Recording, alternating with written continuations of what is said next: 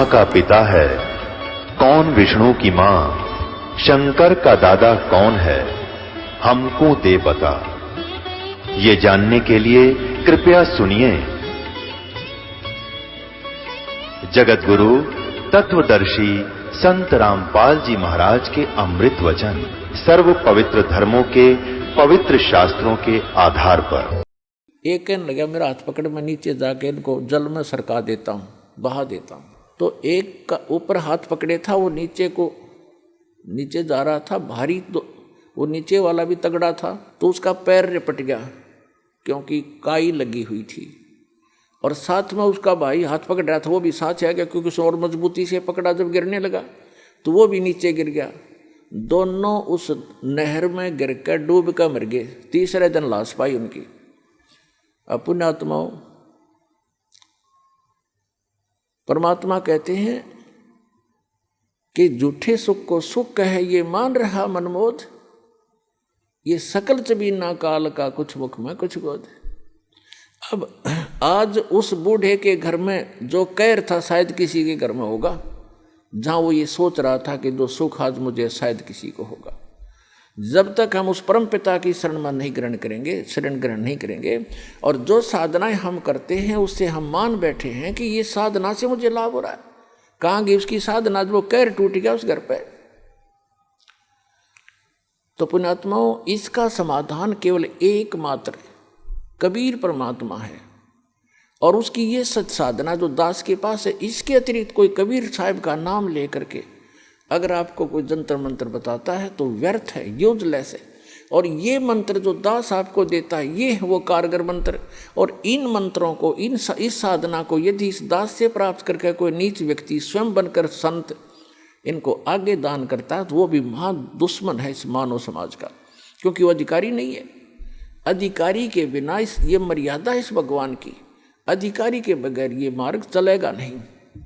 अब जैसे कोई नकली पासपोर्ट बनवा लेता है तो उसको कोई नहीं घुसने देगा उस एयरपोर्ट के अंदर, और पता लग गया सरकार ने दोनों दोषी, बनाने वाला भी और बनवाने वाला भी, और उसका काम था वो भी अधूरा रह गया, उसको सजा और मिलेगी साथ में। तो पुण्यात्माओं, इस अध्यात्म ज्ञान से अपरिचित हम अभी तक इन नकली संतों के फंस गए और नकली धर्म गुरुओं के फंस के हमने अपना जीवन नाश कर लिए, क्योंकि इनको कख भी पता नहीं भक्ति मार्ग का। ये अपने सदग्रंथों से परिचित नहीं, जिनके आधार से हमें ज्ञान दिया करते थे। तो इससे आप जी को एक विश्वास होगा कि सचमुच दो साधना आप कर रहे थे और सुख भी हो रहे थे, और जब कैर टूटने लगे, जब कोई बचाव नहीं हुआ, प्रोटेक्शन नहीं हुआ, क्योंकि वो आपका प्रारब्ध आपको प्राप्त था, आपकी किस्मत मिल रही थी, आपके पूर्व जन्म की बैटरी चार्ज थी। और जब तक बैटरी चार्ज है इन्वर्टर की तो आपके पंखे भी चलते नजर आएंगे, आपकी ट्यूब भी जग रही होगी, रोशनी घर में होगी, लेकिन चार्जर नहीं लगा रखा, लाइट ठीक नहीं है, तो समझ लीजिए कि आप एकदम अंधेरा हो जाएगा, सब सुविधाएं आपकी समाप्त हो जाएंगी, क्योंकि वो चार्जर आगे है नहीं जिससे बैटरी में जो पावर स्टोर हो रही थी। तो इस पर अब ये जो चार्जर दिया जाएगा आप सभी पुण्यात्माओं को, और इससे आप अपनी भक्ति, इस आत्मा को चार्ज करो, आपके जो सुख समाप्त हो गए थे फिर से शुरू हो जाएंगे।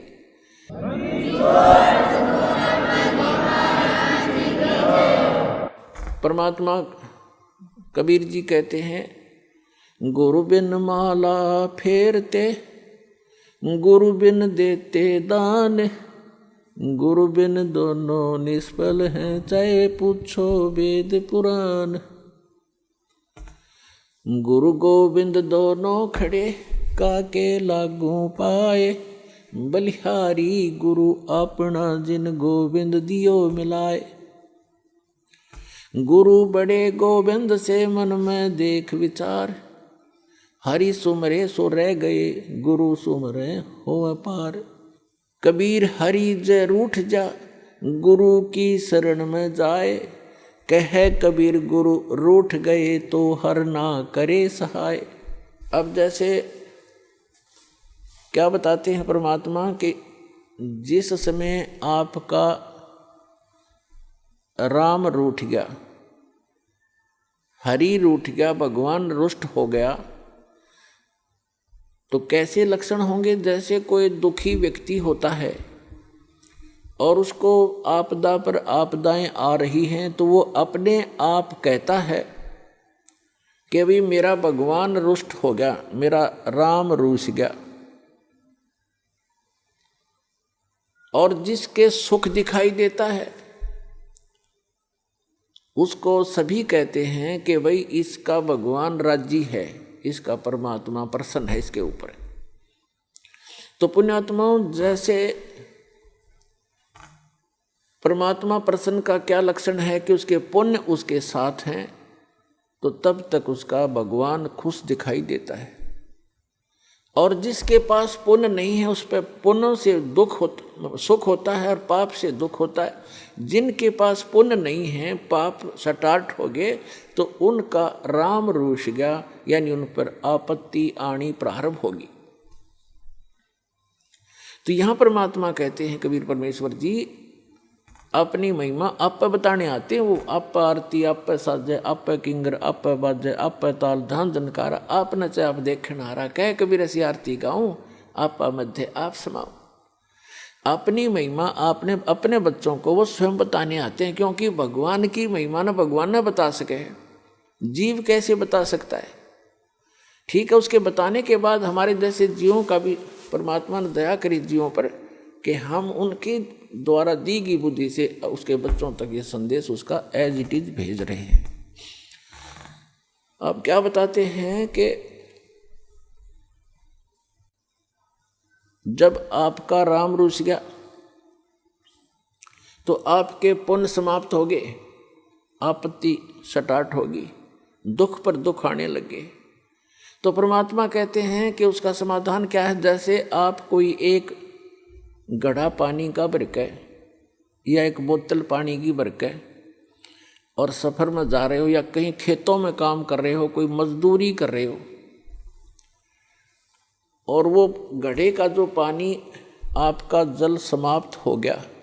जब तक जल था तो नो प्रॉब्लम, जब जल समाप्त हो गया तो बड़ी प्रॉब्लम, प्यास से प्राण निकलने को हुए।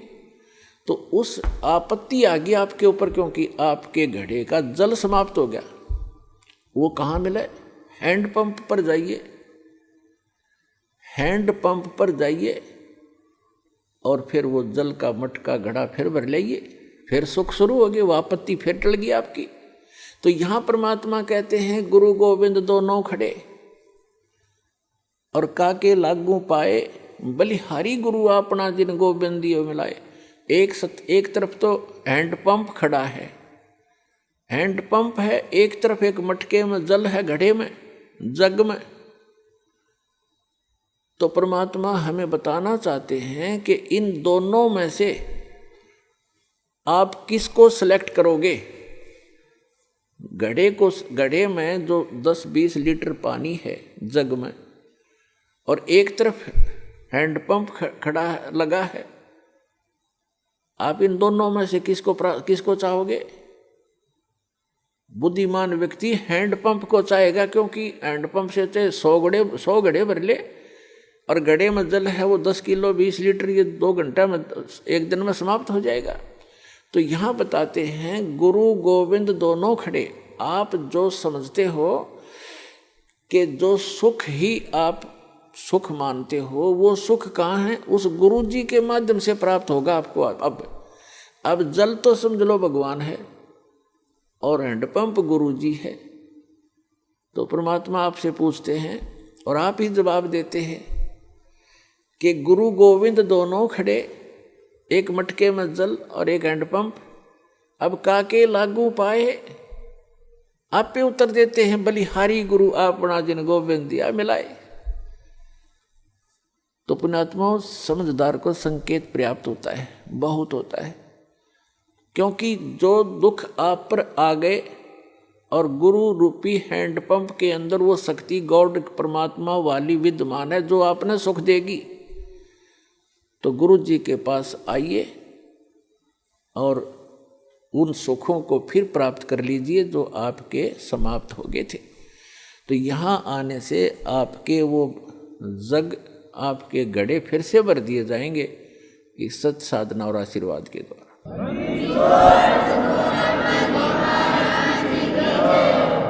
अपना आत्माओं देखो,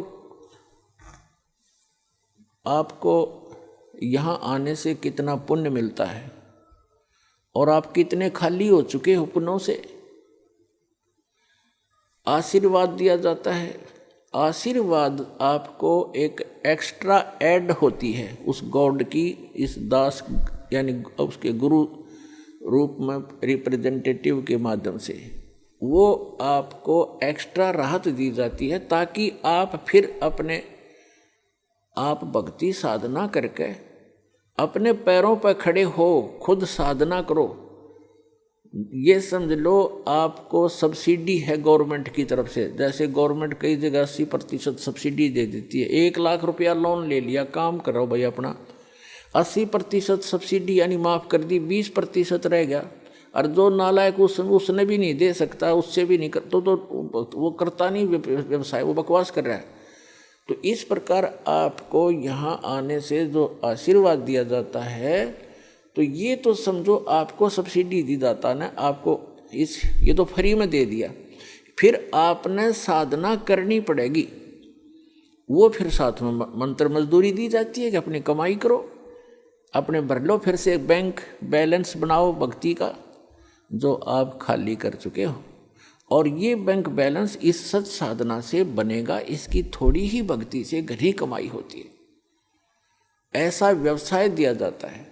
जैसे एक मजदूर सारा दिन में 150-200 रुपये प्राप्त करता है, सारा दिन कस्सी बजाता है, और एक ऐसा व्यवसाय कर रहा है जो प्रतिदिन 1 लाख रुपए का गल्ला इकट्ठा उठाता है।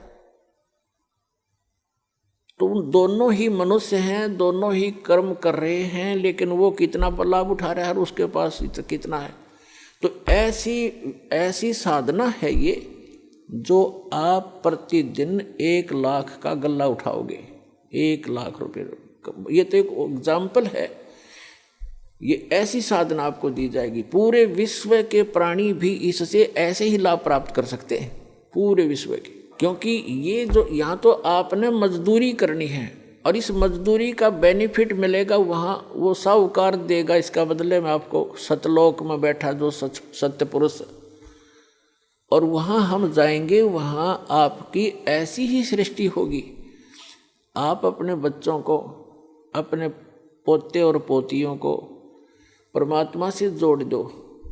अब जैसे आपके लायक बेटा बेटी हैं और लायक आपके पोता पोती हैं, और आपको कितना अच्छा लग रहा है, यहाँ पर कितने प्यारे लगते हैं, कैसे इनके साथ घुल मिल कर रहते हो, बहुत अच्छी बात है।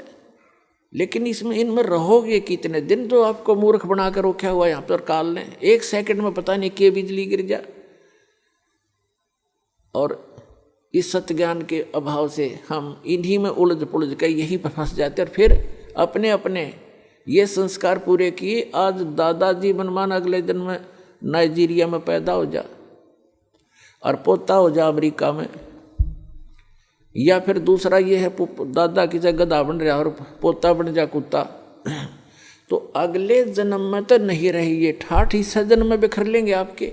धीरे धीरे सभी चले जाते हो, कभी बेटा मर गया, कोई पोता मर गया, कभी पोती मर गई, माँ मर गई, किसी का बाप मर गया। तो यही बिजली गिरनी शुरू हो जाती है और हम कितने खुश हैं। तो परमात्मा ने बताया कि ये एज इट इज व्यवस्था आपकी ऊपर होगी। आपके घर खाली पड़े हैं, जहाँ आप रहा करते थे, आप वहाँ गलती करके यहाँ गिर गए हो। अब वो आपका समझ में नहीं आती, क्योंकि आप इस व्यवस्था में फाइनल हो चुके हो, इसको फाइनल मान चुके हो कि ऐसा ही होता है सबके साथ। नहीं, अब इससे आपका बुद्धि का सतर उत्तिष्ठ होगा, उठेगा, उभरेगा। इस ज्ञान से आपको यहाँ का ये नरक दिखाई देगा जिसको आप स्वर्ग समझ बैठे थे, सुख मान बैठे थे। अब जैसे बहुत से उदाहरण हैं। एक ये पोलैंड देश का एक पूरा का पूरा कैबिनेट कैबिनेट माने मंत्रिमंडल, यानी जिसमें 95 मंत्री प्रधानमंत्री थे, और सारे के सारे जहाज में बैठ के किसी का शोक व्यक्त करने जाते, किसी की मृत्यु के ऊपर, और उनका वो जहाज दुर्घटनाग्रस्त हो गया। वो सारे के सारे मर गए एक ही सेकंड में। अब ये 2 साल पहले की बात है, सन 2011 में। तो पुण्यात्माओं, परमात्मा कहते हैं इस झूठे सुख को सुख है, ये मान रहा मनमोद, ये सकल जबीना काल का, ये काल का आहार है सारा, और कुछ मुख में कुछ गोद। अब उनकी कितनी हवा में उड़ रहे थे वो। प्रत्येक आदमी ऐसे ही रहता है। एक छोटा सा व्यवसाय करने वाला ही फूला नहीं समाता, वो तो प्रधानमंत्री सतर मंत्री सतर के आदमी थे। तो उनकी कितनी इच्छाएं थी, ये कर देंगे, वापस आएंगे, ऐसा करेंगे, वैसा करेंगे, अब खाक करेंगे। अब कोई बिल्ली बनकर घूम रहा, कोई कुत्ता बनकर घूम रहा होगा, कोई गधा बन गया होगा, कोई कितना और दुर्गति में गंदी नाली का कीड़ा बनेंगे। तो अभी तक हमें पता नहीं था कि इसका कोई विकल्प है, कोई अल्टरनेट है। अब अल्टरनेट है, गारंटीड है, गॉड गिवन है। इस दास के पास प्राप्त है, कल्याण करा लो, और नहीं तो इस पर विवेचन करो।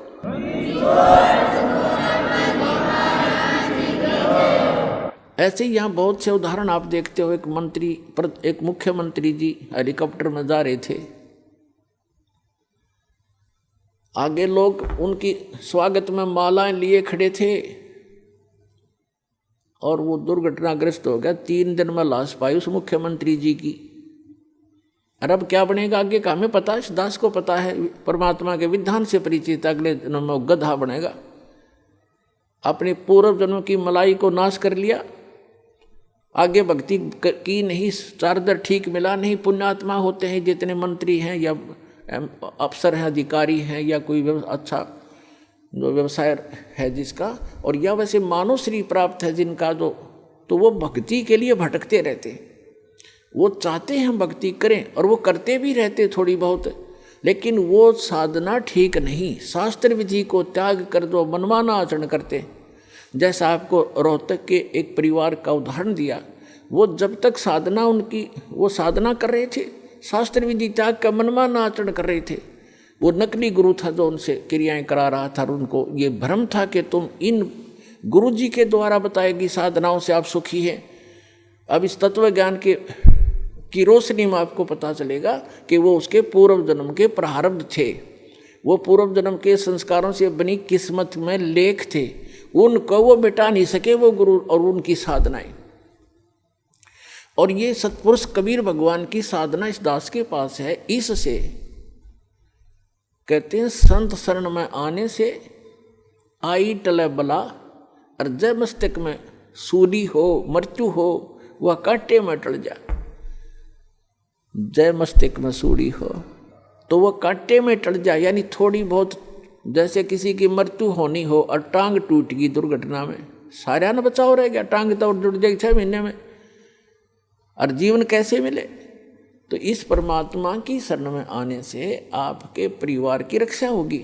आप यहाँ भी सुख चाहते हो तो यही देगा आपको। ये सुख सागर है, ये पूर्ण परमात्मा है।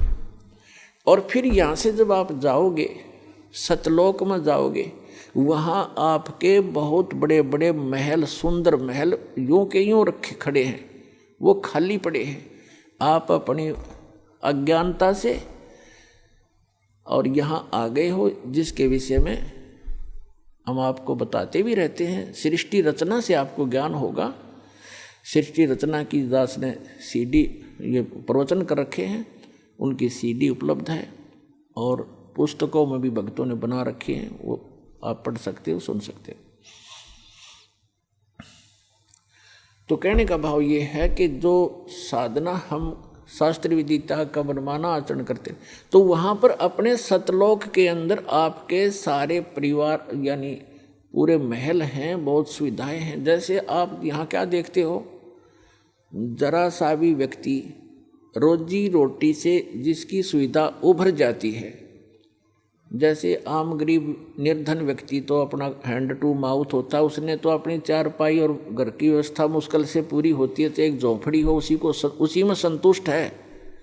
और जिसका थोड़ी सी पोस्ट हो जाती है, थोड़ा सा धन हो जाता है, तो वो क्या करता है, कोठी हो, सुंदर चारों तरफ चिप्स लगी हो, मार्बल लगा हो, पत्थर लगा हो, आगे लान हो बहुत बड़ा सुंदर, और उसके अंदर बगीची बनी हो चारों तरफ के, उसमें फुहारे छूट रहे हों। ये प्रत्येक की नीयत है कि जैसे इनमें मैं ठाठ लूँ, और ठाठ खाक लेगा, या तो चाहे वो फुहारे भी ला ले और सारी कोठी भी बना ले और बड़ा एक फार्म भी बना ले, और अंदर टेंशन 20 उसका, उसमें धक्के खाओ फुहारे में, तब भी चैन से नहीं रह सकता।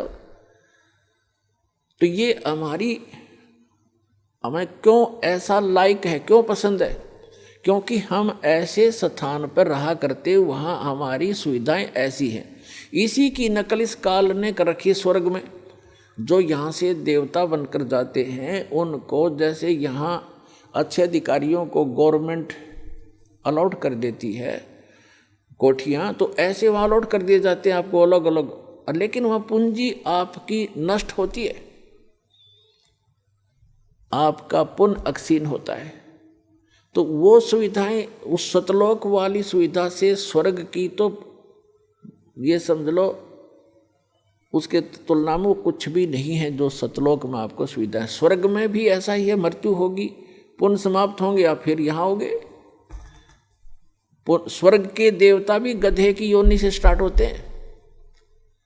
बताओ, खा कहिए स्वर्ग का राज्य और क्या इस पृथ्वी का राज्य। तो सतलोक के अंदर आपको ये सभी सुविधाएं उपलब्ध हैं।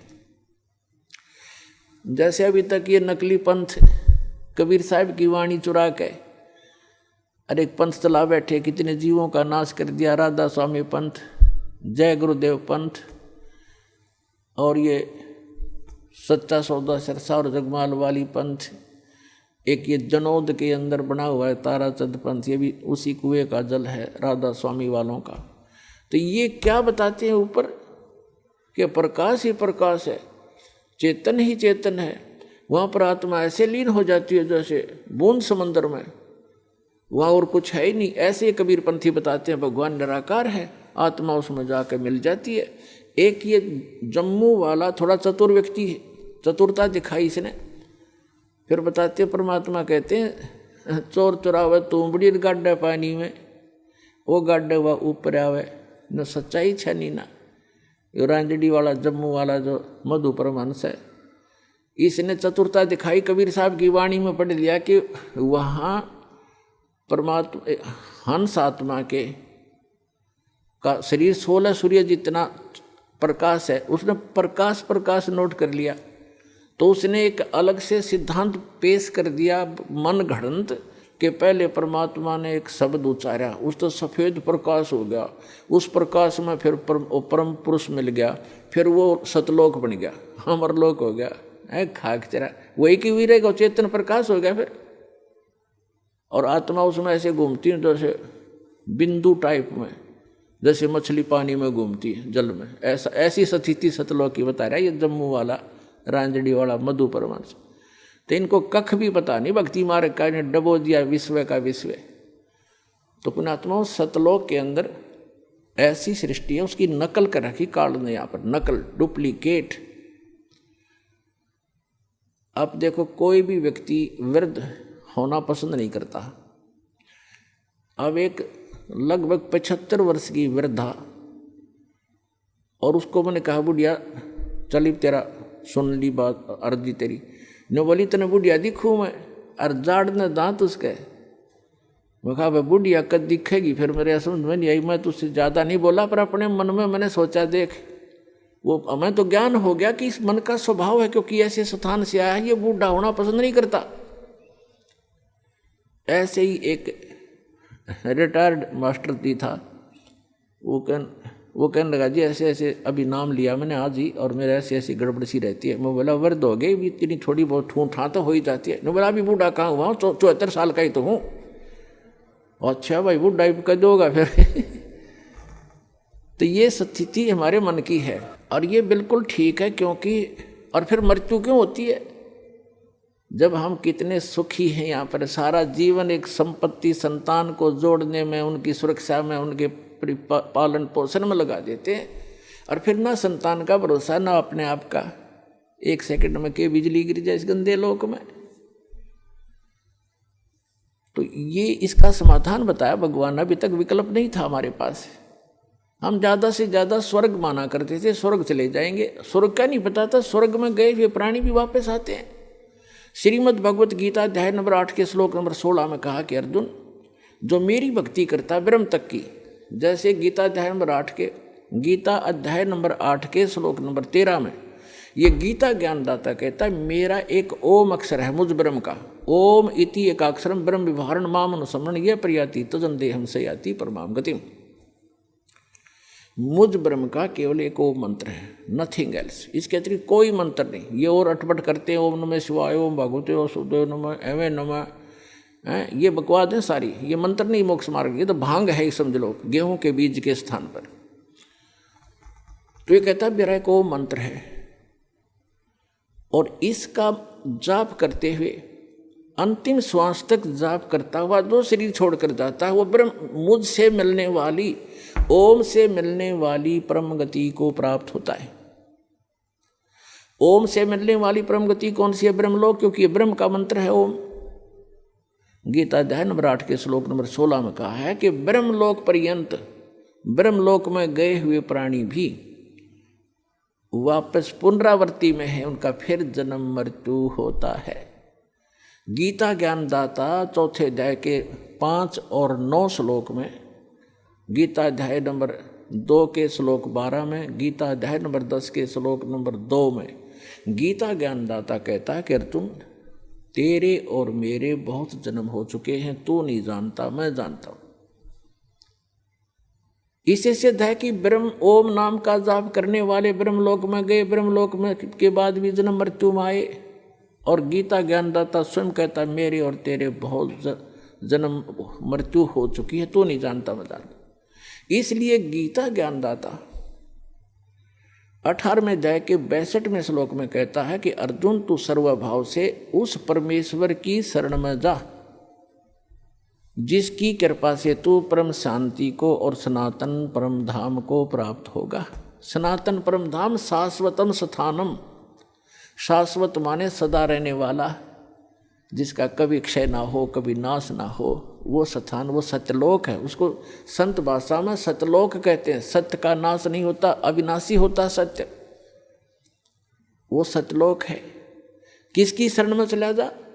गीता अध्याय नंबर 8 के श्लोक नंबर 1 में अर्जुन ने पूछा कि हे भगवान, गीता ज्ञानदाता से कि आप जी ने 7वें गीता अध्याय नंबर 7 के और श्लोक नंबर 29 में 29 में कहा है कि जो व्यक्ति जरा और मरण से छूटने का ही प्रयत्न करते हैं, जरा माने वृद्धावस्था और मरण माने डेथ, मृत्यु, जो जरा और मरण से ही छूटने का प्रयत्न करते हैं, यानी संसार की किसी वस्तु की इच्छा नहीं रखते, ते ब्रह्म तत्विदु कर्षणम अध्यात्म अखिल च कर्मम, वो सारे अध्यात्म से और सभी कर्मों से और तत्ब्रह्म से परिचित हैं। अब गीता अध्याय नंबर 4 के श्लोक नंबर 32 और 34 में 2 कंसेप्ट क्लियर किए हैं। एक तो ये किया है कि सच्चिदानंद घन ब्रह्म स्वयं आकर के वो परम अक्षर ब्रह्म अपने मुख कमल से तत्व ज्ञान बताता है, उसके अंदर उस परमात्मा के पाने की यथार्थ विधि होती है, उसको तत्व ज्ञान कहा है। चौथे अध्याय के 34वें श्लोक में कहा कि अर्जुन, तू उस तत्व ज्ञान को जो complete God given complete spiritual knowledge है, पूर्ण परमात्मा परम अक्षर ब्रह्म के द्वारा दिया गया जो सच्चा ज्ञान है, वो तत्व ज्ञान है, उसको तू तत्वदर्शी संतों के पास जाकर समझ, उनको दंडवत प्रणाम करने से, कपट छोड़कर सरलतापूर्वक प्रसन्न करने से वो तत्वदर्शी संत तुझे उस तत्व ज्ञान का बोध कराएंगे, उपदेश करेंगे। अब 7वें अध्याय के 29वें श्लोक में गीता ज्ञानदाता कहता है कि माम आश्रित जरा मरण मोक्षाय यत माम आश्रित यतन्ति ते, मेरे इस मार्गदर्शन का आश्रय करके कि तत्वदर्शी संतों की खोज कर लो, और वो तत्वदर्शी संत बताओगे उस तत्व ज्ञान को जिन्होंने ये आश्रय कर लिया, मेरे संकेत समझ गए, वो केवल जरा और मरण से ही छूटने का प्रयत्न करते हैं, क्योंकि वो उस तत्व ब्रह्म से और यहाँ के सारे अध्यात्म ज्ञान से और सभी कर्मों से परिचित हैं। जैसे दास आज के सत्संग में आपको वही क्लियर कर रहा है कि ऐसे कर्म करते रहे, ऐसे कर्म करने से ये लाभ होगा, ये हानि होगी, ये भक्ति करने से ये इतना लाभ होगा, जो पूर्व के संस्कार आपके प्राप्त हैं उनसे आपको ये लाभ हो रहा है। सतभक्ति ना करने से फिर वो एक ही दम आप प्राप्तियाँ आ जाती हैं। और बहुत से प्रमाण भी आपको दिए। मंत्री थे, प्रधानमंत्री थे, मुख्यमंत्री थे, वो पूर्व जन्म के पुण्यों से बने हुए थे। आगे चार्जर था नहीं, आगे सतभक्ति थी नहीं, एक ही दम सब नाश हो गए। जैसे डिस्चार्ज हो जाती है बैटरी इन्वर्टर की, और एक ही समय एक ही दम सब सुविधाएं समाप्त हो जाती हैं। तो इस संपूर्ण अध्यात्म ज्ञान से सभी कर्मों से जो परिचित हो जाते हैं वो तत्ब्रह्म से परिचित है, और इन कर्मों से अध्यात्म ज्ञान से वो ही जरा और मरण से छूटने का प्रयत्न करते हैं। जरा माने वृद्धावस्था का कहर। पुणात्मा, अब आप देखते हो कोई बूढ़ा चल रहा लाठी के सहारे, कभी बैठ जाता, कभी चल पड़ता रहा। आप जब युवा हो स्पीड से निकल जाते हो उसको यूँ देखते हुए, आपके कभी सपने में न आती या दुर्गति थारी भी होगी, आपकी भी होगी। तो जब तक आपको ये ज्ञान नहीं होगा तब तक ये मन की बकवाद समाप्त नहीं होंगी। इस ज्ञान से 90% लगाम डल जाएगी इस मन पापी के, जो दास आपको बताने चाह रहा है। जो बेमतलब की रिश्वतखोरी, चोरी, हेरा फेरी ये करते फिरते सारा दिन झूठ बोलते हैं पेट के लिए, और एक सेकंड का भरोसा नहीं कहाँ बिजली गिर जाए। और जब हम इस परम पिता की शरण में आ जाएंगे, आपको चार्जर मिल जाएगा, हैंडपंप मिल जाएगा, कितना जल भर लो, दूसरे का क्यों चराओ, तो अपना भरो ठाट के, कितना ठोक लियो, मटके भर के धर लियो सपेर। तो हम अविधिवत चलने से चोर उचक्के बन गए, और शास्त्र अनुकूल साधना करने से आपको यहाँ भी सुख देगा और वहाँ पहुँचावेगा आपको, जो गीता ज्ञान दाता बता रहा है। अब बताएंगे आगे। अब गीता ज्ञान दाता बता रहा है कि जो मेरा इस ज्ञान को आश्रय कर लेते हैं, तत्वदर्शी संत की खोज कर लेते हैं, उससे फिर उस तत्ब्रह्म की जानकारी हो जाती है। तत्ब्रह्म, उस परम अक्षर ब्रह्म की, उस परमात्मा की, जिसमें 18वें अध्याय के 62वें श्लोक में जिसकी शरण में जाने के लिए गीता ज्ञानदाता कह रहा है, उसकी जानकारी होती है और सभी कर्मों से परिचित हो जाते हैं, और सभी अध्यात्म कंप्लीट स्पिरिचुअल नॉलेज से वो परिचित हो जाते हैं। तो केवल वो जरा और मरण से छूटने का प्रयत्न करते हैं। जैसे बाप दास ने उदाहरण दिया कि एक बुढ़िया 80 साल की, 75-80 वर्ष की, और मुंह में दांत नहीं, और उसको मैंने कह दिया बुढ़िया पीछे हो, दूसरी को आने दे, बहनों को। ने बोली इतना बुढ़ी दिखूँ मैं, वो तेरा गजब हो, 80 साल की जाड़ नहीं। ये बिल्कुल सही है, क्योंकि हम वृद्ध होना कति लायक नहीं करते और न ही हम मृत्यु पसंद करते। और ये दोनों डेफिनेटली होंगे, मृत्यु भी होगी और वृद्ध भी होंगे। तो पुण्यात्मा, 8वें अध्याय के प्रथम मंत्र में अर्जुन ने पूछा कि हे गीता ज्ञानदाता से कि हे पुरुषोत्तम, क्योंकि उसको पुरुषोत्तम मान रहा था, वो श्री कृष्ण मान रहा था कि श्री कृष्ण ये ज्ञान दे रहा, लेकिन श्री कृष्ण के अंदर यूं काल बोल रहा था गीता ज्ञानदाता। उसने पूछा कि किम तत्ब्रह्म, किम अध्यात्म, किम कर्म पुरुषोत्तम। तो उसने पूछा कि वो तत्ब्रह्म क्या है जिसको जानकर, और क्या वो अध्यात्म ज्ञान है, उसके विषय में गीता ज्ञानदाता 8वें अध्याय के 3 मंत्र में कहता है, श्लोक में, कि वो परम अक्षर ब्रह्म है। वो परम अक्षर ब्रह्म है, गीता ज्ञानदाता से अन्य है वो भगवान, जो सर्व सुखदायी है, सर्व पाप नाशक है, और जो शाश्वत स्थान प्रदान कराने वाला है। इसलिए 18वें अध्याय के 62वें श्लोक में कहा कि अर्जुन तू सर्वभाव से उस परमेश्वर की शरण में जा। उसकी कृपा से ही तो परम शांति को और सनातन परम धाम को प्राप्त होगा।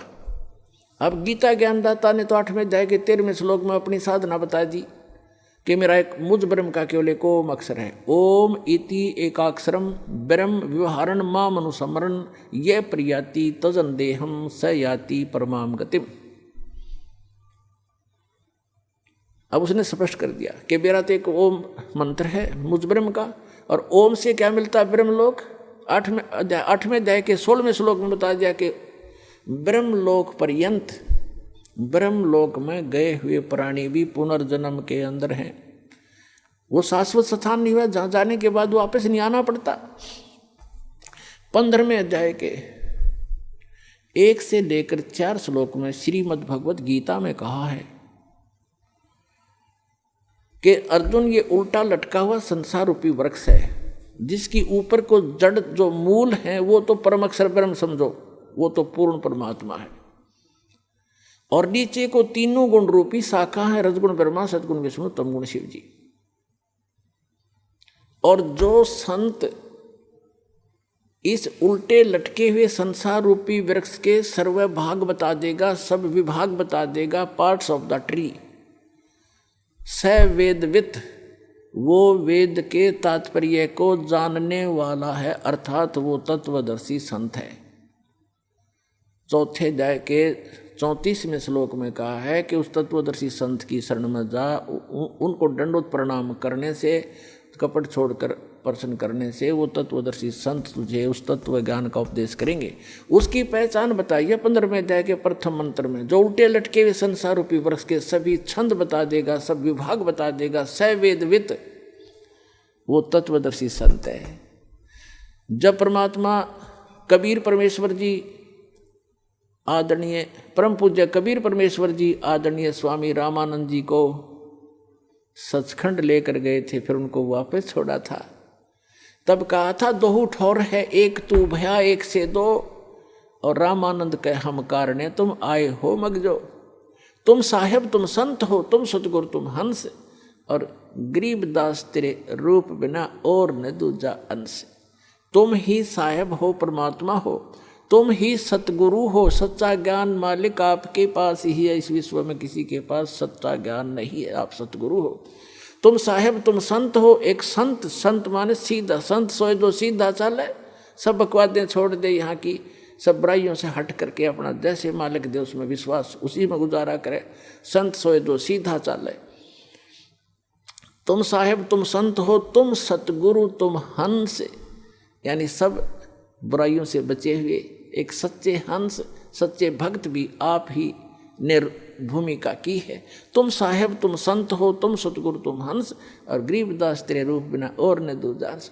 तो उस सतगुरु रूप में आए हुए 600 वर्ष पहले कबीर भगवान ने ये तत्व ज्ञान बताया था उस परम अक्षर ब्रह्म ने। वो काशी के अंदर जो धाणक रूप में रहे थे, दुल्हाए रूप में, वो परम अक्षर ब्रह्म थे, और आज भी हैं वो हमारे को ज्ञान देने आए थे, हमारे को एक ट्रायल देने आए थे कि संसार में गणे धन की जरूरत नहीं है, जो घना इकट्ठा करता हो महामूर्ख है।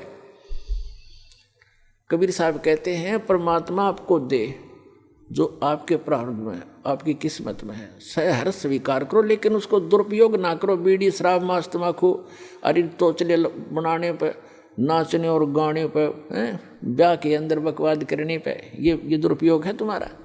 इसको या तो दान करो और अपना सीमित सा अपना धंधा करो, जो भगवान में बाधक ना बने।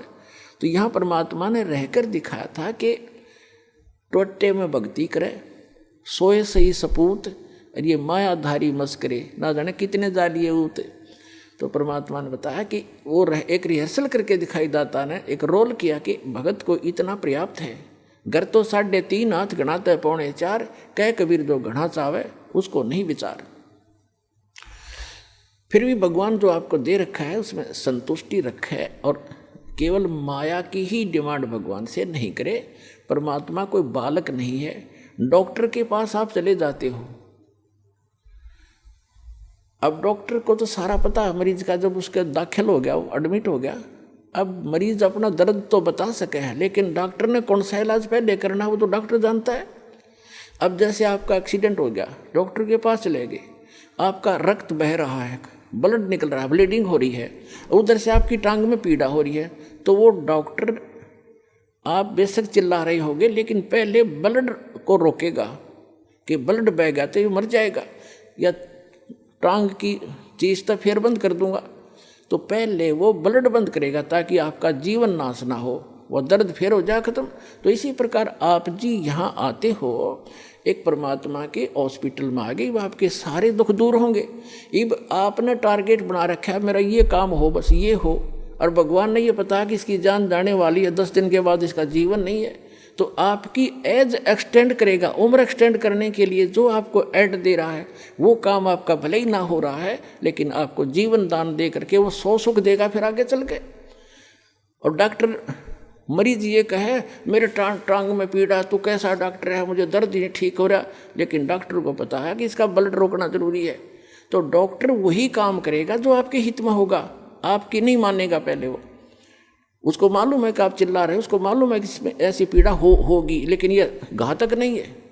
तो छोटे मोटे जो कष्ट आपको यहाँ आने पर भी हो रहे हैं, जैसे कई तो ऐसे हाथी ठीक हो जाते, कुछ एक को अभी वो राहत नहीं मिल रही है जो वो डिमांड लेकर आते हैं। उसका कारण क्या है कि आपका जीवन नाश होने वाला होगा निकट भविष्य में, और परमात्मा आपको एक्सटेंड करेंगे, पहले वो ठीक करेंगे आपका, फिर आप पे सारा सुख होता चला जाएगा, जीवन भी मिलेगा, भक्ति भी होगी, सारा सुख भी यहाँ का जो चाहिए वो भी देगा।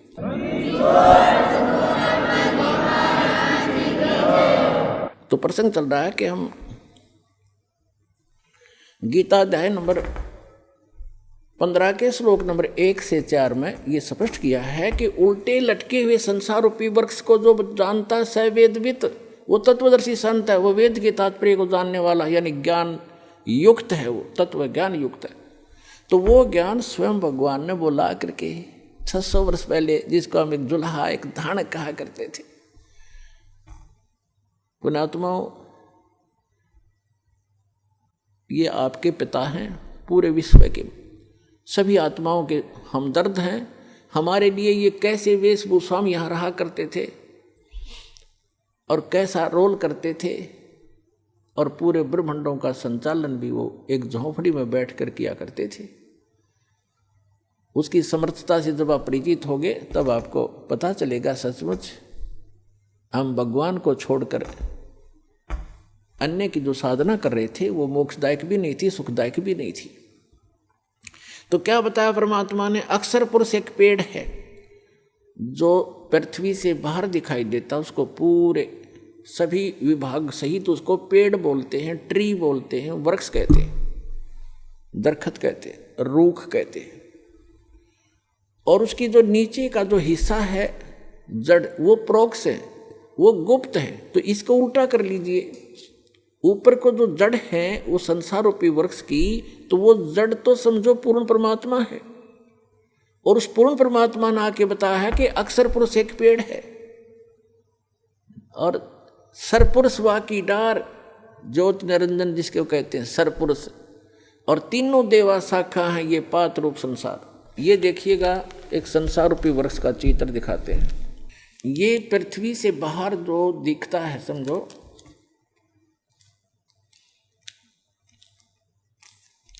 ये जो इतना है, ये देखिएगा, ये स्थिति है वृक्ष की, पेड़ की।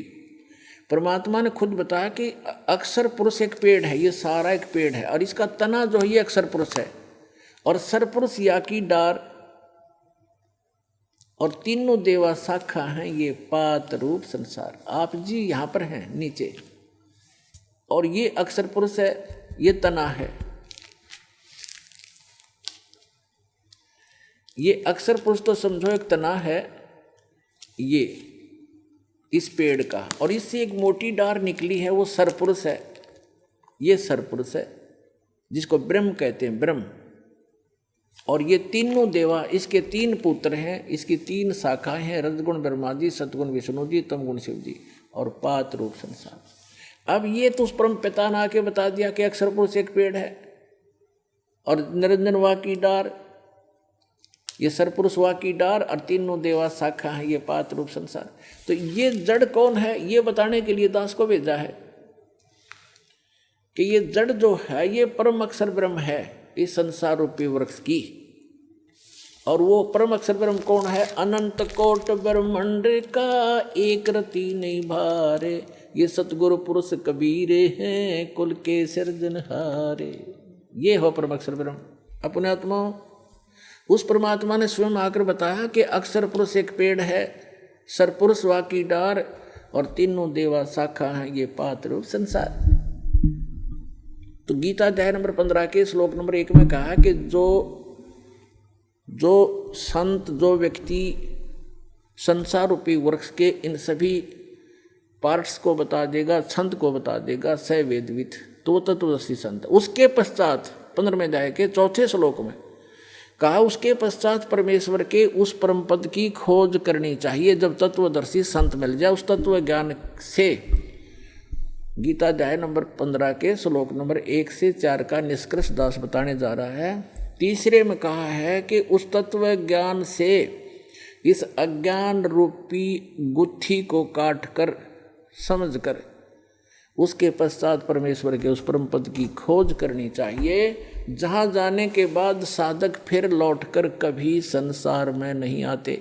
और गीता ज्ञानदाता कहता है कि जिस परमेश्वर से संसार रूपी वृक्ष की ये प्रवृत्ति विस्तार को प्राप्त हुई है, यानी जिसने सब ब्रह्मांडों की रचना की है, केवल उसकी भक्ति करना और की नहीं। अपनी भी भक्ति को मना करता है, तुझे मोक्ष चाहिए, वहां जाना चाहता है, जहां जाने के बाद लौटकर साधक फिर संसार में कभी नहीं आते। उसके विषय में कहता है फिर तो उसी की भक्ति करनी है और को इष्ट रूप में नहीं मानना। ये देखिएगा श्रीमद् भगवद गीता दिखाते हैं आपको, ये देखिएगा श्रीमद् भगवद गीता और जयदयाल गोविंद का द्वारा इसका अनुवाद है। इसके 15वें अध्याय पर चलते हैं। यह है अथ पंचदशो अध्याय, 15वां अध्याय। इसमें कहा है श्री भगवान वाच, ऊर्ध्व मूलम अधः शाखम अश्वत्थम प्राहु अव्यम छंदासी यस्य प्रणानी ये तम वेद स वेदवित। इन्होंने अनुवाद ठीक नहीं करना आया, ये तो ठीक लिखा है ना। आदि पुरुष परमेश्वर तो समझो, ऊपर को जड़ है वो तो पूर्ण परमात्मा है। ऊर्ध्व मूलम, ऊपर को शाखा लिखना था, वो आदि पुरुष परमेश्वर है।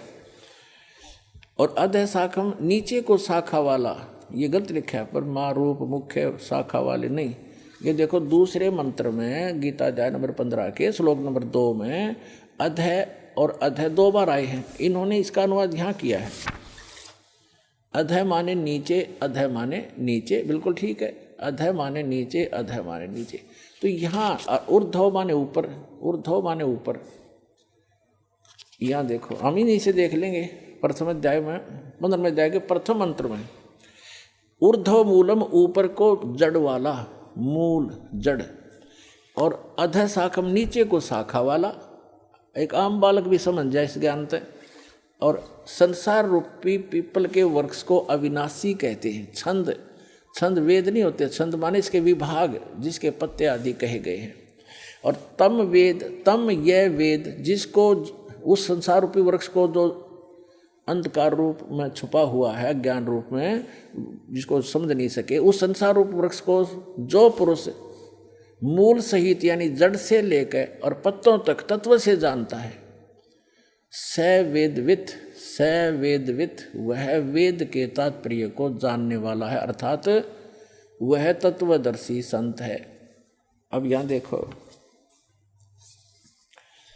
अब 15वें अध्याय का हमने इसमें सारा बता रखा है।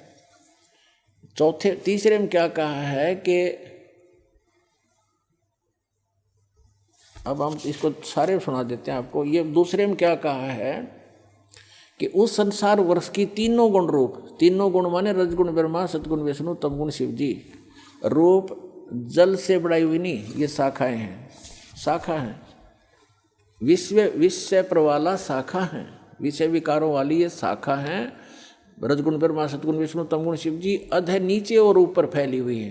ये नीचे माने जैसे यो गीता का ज्ञान पृथ्वी पर बोला जा रहा था, ऊपर स्वर्ग, नीचे पाताल, ऊपर और नीचे फैली हुई है। क्योंकि श्री ब्रह्मा, श्री विष्णु, श्री शिव जी एक एक गुण युक्त हैं, एक एक विभाग के मंत्री हैं। इनका प्रभाव इन तीनों ही लोकों पर है, पृथ्वी लोक पर, पाताल लोक और स्वर्ग लोक पर। इससे अन्य जो स्थान हैं, जो ब्रह्मलोक है वो अलग स्थान है, वहाँ पर ये काल भी तीन ही रूप धारण करके रखता है, उसमें भी तीनों ही गुण अपने विद्यमान रखता है। वो ऊपर के लोकों के लोग उससे प्रभावित होते हैं, इनका केवल यहीं तक सीमा है।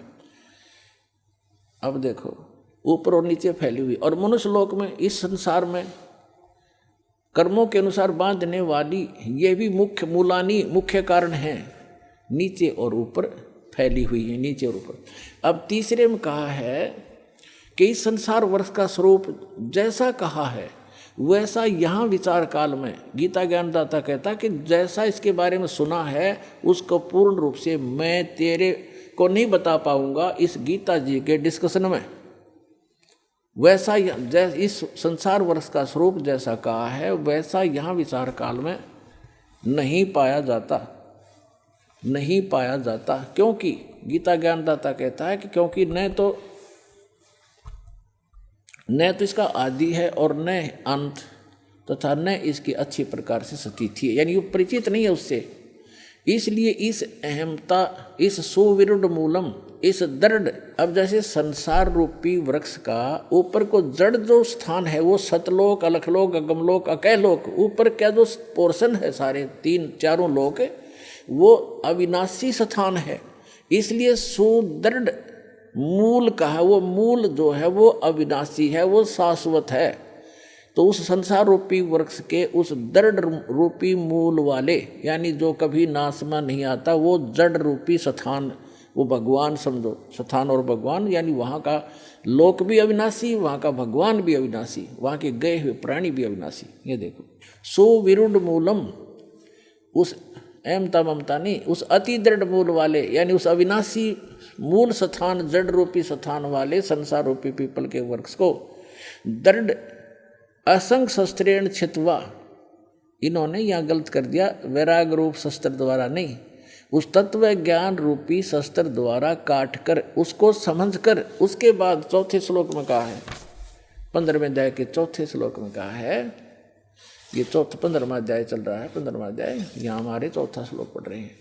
उसके पश्चात उस परम पद रूप परमेश्वर को भली भांति खोजना चाहिए, जिसमें गए हुए पुरुष यानी साधक फिर लौटकर संसार में नहीं आते, उनका जन्म मरण फिर नहीं होता। और जिस परमेश्वर से इस पुरातन यानी आदि संसार रूपी वृक्ष की, यानी जिसने सारे ब्रह्मांडों की रचना की है, प्रवृत्ति विस्तार को प्राप्त हुई है, उसी आदि पुरुष नारायण के मैं शरण हूँ, ऐसा निश्चय करके उस परमेश्वर का ही मनन और निधि ध्यान करना चाहिए। परपदे माने उसकी पूजा करनी चाहिए। गीता ज्ञानदाता ने स्पष्ट कर दिया कि मेरी भक्ति करने से तुझे वो शाश्वत स्थान नहीं मिल सकता। उसके लिए गीता अध्याय नंबर 17 के श्लोक नंबर 23 में गीता ज्ञानदाता ने संकेत दिया है कि उस सच्चिदानंद घन ब्रह्म की साधना के 3 मंत्र हैं उसके पाने के। ओम तत्सत इति निर्देश ब्रह्मण त्रिवेद समर्थ ब्राह्मणा तेन वेदा च यगा च विहिता पुरा। उस सच्चिदानंद घन ब्रह्म के को पाने का, उसके सत भक्ति करने का केवल ओम तत्सत ये 3 मंत्र का निर्देश है। निर्देश माने नथिंग एल्स, फाइनल फैसला, उसके अतिरिक्त अग्रम अग्रम समाप्त, ये निर्देश है, डायरेक्शन है, आदेश भी है और ये राय भी है। सच्चिदानंद घन ब्रह्म को पाने का, उस परम अक्षर ब्रह्म को, उस सुख स्थान को पाने का ये 3 मंत्र की मजदूरी है, स्मरण है इसका 3 मंत्र का। ओम तत् सरपुरुष का गीता अध्याय नंबर 15 के श्लोक नंबर 16 और 17 में 3 पुरुष बताए, एक सरपुरुष, एक अक्षर पुरुष और तीसरा परम अक्षर पुरुष यानी परम अक्षर ब्रह्म। तो आपको पूरा डिटेल बताई दी है पूरा उल्टे लटके हुए संसार रूपी वृक्ष की। तो परम अक्षर ब्रह्म तो उसकी जड़ समझो, मूल है जो सबका धारण पोषण करता है। तो गीता अध्याय नंबर 15 के श्लोक नंबर 16 में कहा कि 2 पुरुष हैं, सरपुरुष और अक्षर पुरुष। और ये दोनों नासवान, इनके अंतर्गत जितने प्राणी वो भी नासवान है। जीवात्मा किसी की नहीं मरती, वो तो गधे कुत्ते की भी नहीं मरती। फिर 15वें अध्याय के 17वें श्लोक में तुरंत कहा कि उत्तम पुरुष है तू अन्य, पुरुषोत्तम सही भगवान तो इन दोनों से सरपुरुष और अक्षर पुरुष है कोई और है जिसको परमात्मा कहा जाता है, और जो तीनों लोकों में प्रवेश करके सबका धारण पोषण करता है वो अविनाशी परमेश्वर है। यानी संसार रूपी यानी वृक्ष की का धारण पोषण किससे होता है? मूल से होता है, जड़ से होता है, और जड़ वो परम अक्षर ब्रह्म है। तो परम अक्षर ब्रह्म वो कबीर भगवान जो है वो सबका धारण पोषण करने वाला वही है।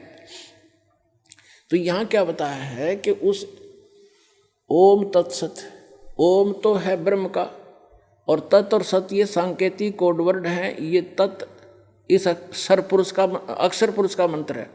तत् तो है सरपुरुष का, ब्रह्म का, और नहीं ओम जो है, ओम तो मंत्र है ब्रह्म का जिसको सरपुरुष कहते हैं, और तत् है ये अक्षर पुरुष का जिसको परब्रह्म भी कहते हैं। ब्रह्म से नेक्स्ट ब्रह्म, परब्रह्म दूसरा,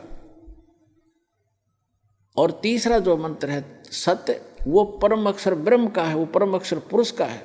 तो ये तीनों मंत्र इस दास के पास उपलब्ध हैं। इन तीनों मंत्रों की मजदूरी करनी है, इसकी साधना करनी है। कोई अभी तक ये मार क्यों खाते रहे कबीर पंथी? ये इन मंत्रों का जाप नहीं करते थे जो दास आपको प्रथम बार देता है। ये कहते हैं तो ब्रह्मा विष्णु महेश की पूजाएं हैं, हम क्यों करें, हम तो सतपुरुष की साधना करेंगे। ऐसे ही ये बात बिगड़ी रही। ये साधना नहीं, ये तो यहाँ के मालिक हैं। बताओ, हम जिस क्षेत्र में रह रहे हैं और वहाँ के तहसीलदार या वहाँ के SHO या किसी और से खस्सें और उनका जो टैक्स जो भी उनका है वो नहीं दें तो हमें लाभ कैसे मिलेगा? मजदूरी, जैसे हमने बिजली वालों से ले रखा है, बिजली ले ली बिजली विभाग से, टेलीफोन ले लिया टेलीफोन विभाग से, अजय उनका कर्जा उसको देंगे नहीं, टैक्स उनका रेंट नहीं देंगे तो वो सुविधा बंद कर देंगे हमारी। इसमें के एहसान किया? तो हम मजदूरी कर रहे हैं यहाँ की सुविधा प्राप्त करने के लिए, और कुछ धन डिपॉजिट कर रहे हैं जो हमें आगे अपने स्वलोक जाने के लिए। तो ये इनकी पूजा नहीं है। हम कोई बैंक से किसी से जैसे टेलीफोन वालों से टेलीफोन सुविधा ले रखी है, मोबाइल फ़ोन ले लिया, तो उनसे हम अपनी जो मजदूरी करके उनको दे रहे हैं, उनका किराया रेंट उसका बिल भर रहे हैं, तो वो उनकी पूजा नहीं करे, वो हमें आवश्यकता है इसलिए उनसे मेल रखना भी हमारे एक सभ्यता शिष्टाचार है। तो ये सभी ब्रह्मा विष्णु महेश भी एक यहाँ के अधिकारी हैं। ये इनके सत्र का जो लाभ है यही देंगे उसको, और उसकी विधि बताई है कि इनका ये ऐसे ऐसे आपने ये बिल भरना पड़ेगा, इसकी मजदूरी ये है, इस मजदूरी से वहाँ आपको ऑटोमेटिक कनेक्शन मिला रहेगा। ऐसा सिस्टम भगवान का। तो यहाँ ओम तत्सत ये तीन इन पुरुषों की भक्ति है, सरपुरुष, अक्षर पुरुष और परम अक्षर पुरुष की। तो गीता ज्ञानदाता कहता है कि उस परमात्मा की शरण में जा जिसके 3 मंत्र की भक्ति है। सच्चिदानंद घन ब्रह्म के पाने की केवल 3 मंत्र का निर्देश है। गीता अध्याय नंबर 8 के श्लोक नंबर 5 और 7 में गीता ज्ञानदाता अपनी साधना बताता कि मेरी भक्ति कर मुझे प्राप्त होगा, लेकिन युद्ध करना पड़ेगा, शांति नहीं हो सकती। जहाँ युद्ध है वहाँ शांति खाक है। तो कहता है तूने युद्ध करना पड़ेगा। यदि तुझे परम शांति चाहिए तो 18वें अध्याय के 66वें श्लोक में कहा कि उसकी शरण में जा, उस परम अक्षर ब्रह्म की शरण में। उस परम अक्षर ब्रह्म की शरण का मंत्र बता दिया 15वें अध्याय के 23वें श्लोक में। और अब 8वें अध्याय के 8, 9, 10 श्लोक में गीता ज्ञानदाता कहता है कि उस परम अक्षर ब्रह्म की भक्ति करेगा तो उसको प्राप्त होगा, जहाँ जाने के बाद साधक फिर लौटकर कभी संसार में नहीं आता। तो वहाँ सारी सुख सुविधाएं हैं। पुण्यात्माओं, आपका सौभाग्य है, धन है आपके माता पिता जिनसे जन्म हुआ। ऐसे समय में अपना कल्याण कराओ, भक्ति करो और मोक्ष पाओ। बोलो सतगुरुदेव।